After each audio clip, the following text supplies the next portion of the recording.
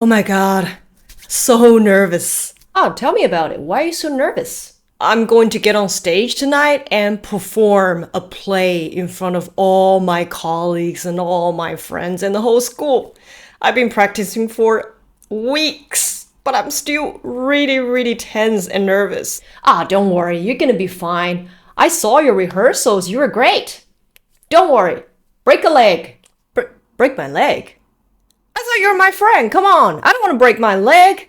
I want this to go well. What do you mean? Oh, no. That's not what I mean at all. I'm wishing you good luck. You've never heard of break a leg? Let me tell you something about this idiom.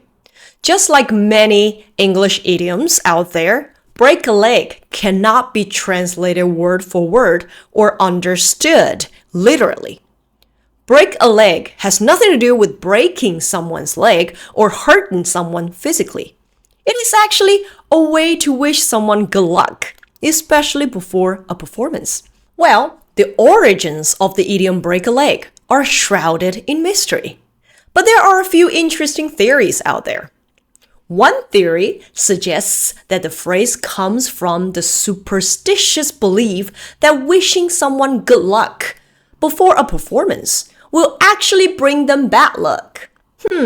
So instead of saying good luck, actors started saying break a leg as a sort of reverse psychology.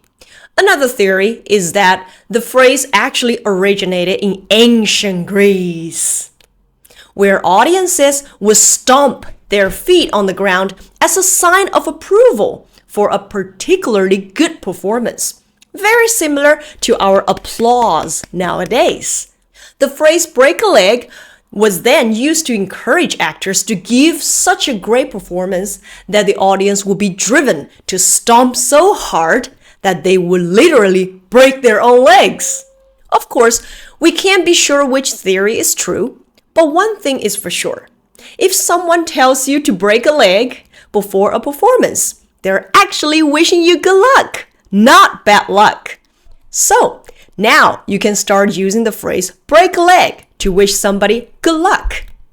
Happy speaking in an idiomatic manner and break a leg!